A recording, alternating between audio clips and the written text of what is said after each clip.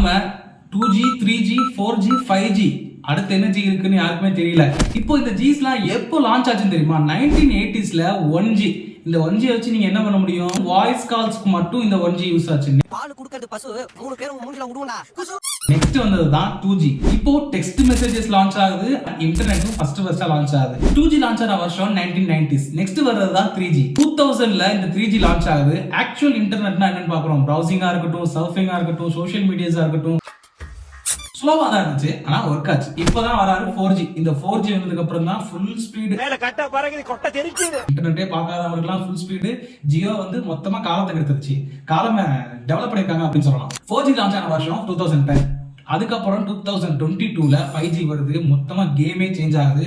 Surfing speedo இருக்கட்டும், downloading speedo இருக்கட்டும், uploading speedo இருக்கட்டும், எல்லாமே செகண்ட்ஸ்ல மாறுது இந்த 5G. சரி 5G யோட முடிஞ்சிச்சுன்னு கேட்டீங்கன்னா கிடையாது. 6G டெவலப்மெண்ட்ல இருக்கு, சைனா டெவலப் பண்ணிட்டு இருக்காங்க.